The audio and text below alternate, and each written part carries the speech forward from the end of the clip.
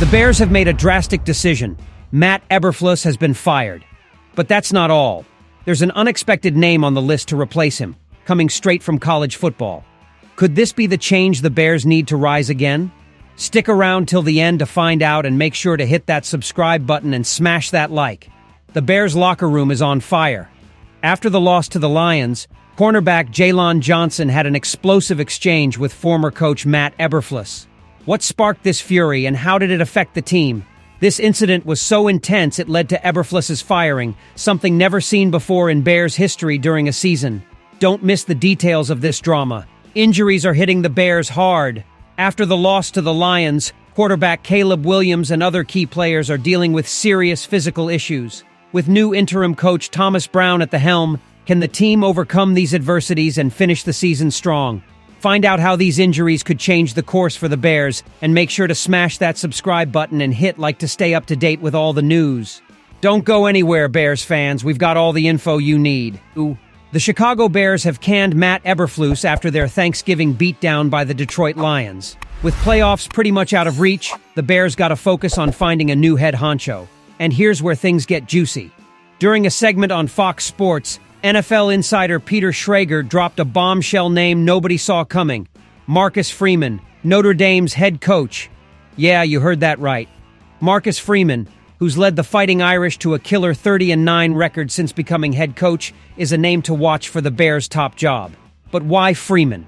Why now? I'll tell you this. Kevin Warren, the former Big Ten commish and now Bears prez, knows his way around college ball and is hunting for a coach who's a real leader of men. Freeman fits that bill to a T. Now, let me throw this at you. Is Freeman really what the Bears need? I reckon there are a few things to chew on. On one hand, Freeman's never coached in the NFL. He's green as grass when it comes to the big leagues, and that could be risky business. But on the flip side, he's got history with the Bears. They drafted him back in '09, though he got the boot that same season and hung up his cleats in 2010 due to a heart condition. Eberflus was just the latest in a long line of coaches the Bears have shown the door. And the next guy's got a big job on his hands, molding Caleb Williams. Williams has got sky-high expectations as the #1 pick, but he'll be dancing with a new coach in his second season. This song and dance has become all too familiar for the Bears. Could Freeman be the one to break this cycle? I'll tell you this. Freeman could bring some fresh blood and new energy to the team. His success at Notre Dame ain't something to sneeze at. But can he cut it in the NFL? Can he handle the heat and the expectations that come with the job?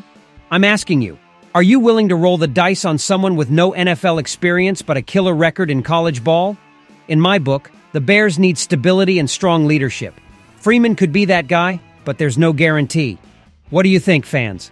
Is Marcus Freeman the right man to take the Bears to the next level? After the Bears' 23-20 loss to the Detroit Lions last Thursday, things got real heated in the locker room. According to a report from Fox Sports' Jay Glazer, cornerback Jaylon Johnson had a pretty intense back and forth with former coach Matt Eberflus. And when I say intense, I mean Johnson was throwing around some pretty colorful language to express his frustration. Picture this. Eberflus is trying to address the team after the loss, and suddenly, Jaylon Johnson, a Pro Bowl cornerback, cuts him off and starts laying into him, no holds barred.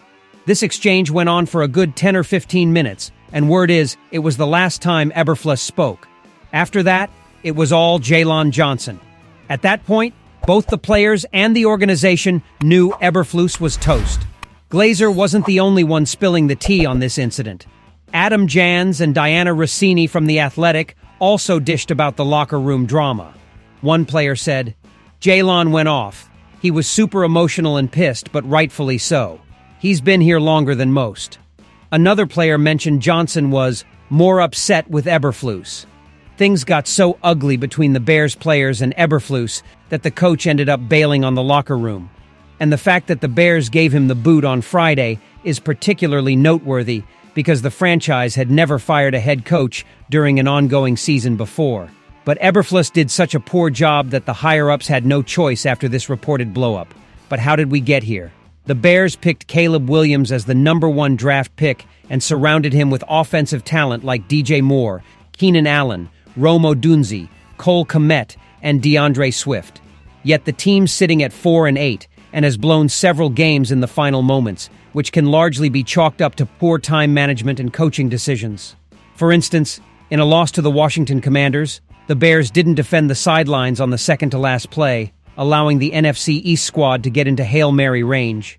And in another game against the Green Bay Packers, Williams drove the offense into game-winning field goal range, but Eberflus decided not to run any plays with a timeout in the final 30 seconds and settled for a 46-yard field goal that, naturally, got blocked. Thursday's loss to the Lions again came down to poor use of timeouts. Williams took a sack with 32 seconds left, knocking the Bears out of field goal range. Instead of calling a timeout to calm things down and draw up a play, the Bears scrambled to line up correctly as time ticked away. All Williams could do was throw a desperate pass to the end zone, which fell incomplete. This was another gut-wrenching outcome for a team that's been so close to getting it done. Johnson and other players were fuming at Eberflus, but they won't have to worry about him anymore after his pink slip on Friday. Now, I'm asking you fans, what do you make of all this locker room drama? Do you think Eberflus's firing was a long time coming? After that brutal loss to the Detroit Lions, the Bears are facing a bunch of injury woes that'll make things tough for the new interim coach, Thomas Brown. Let's get down to brass tacks.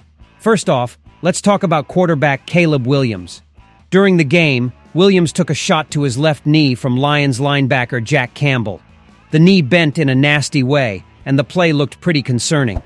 Williams said after the game, "I think it's just a bruise, but the play was weird. I didn't like it at all. He just dove straight at my knee. I didn't get it. I'm definitely frustrated about it."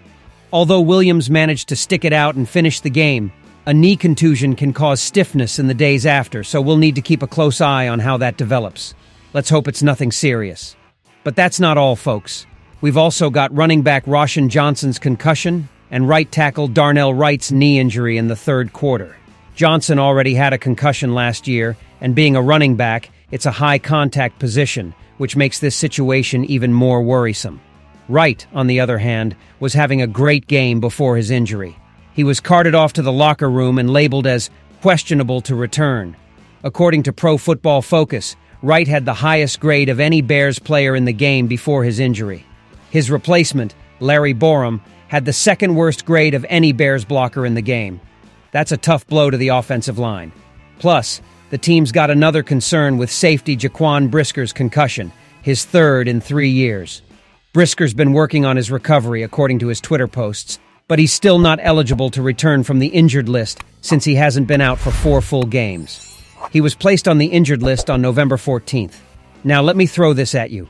How will these injuries impact the Bears' performance in the upcoming games?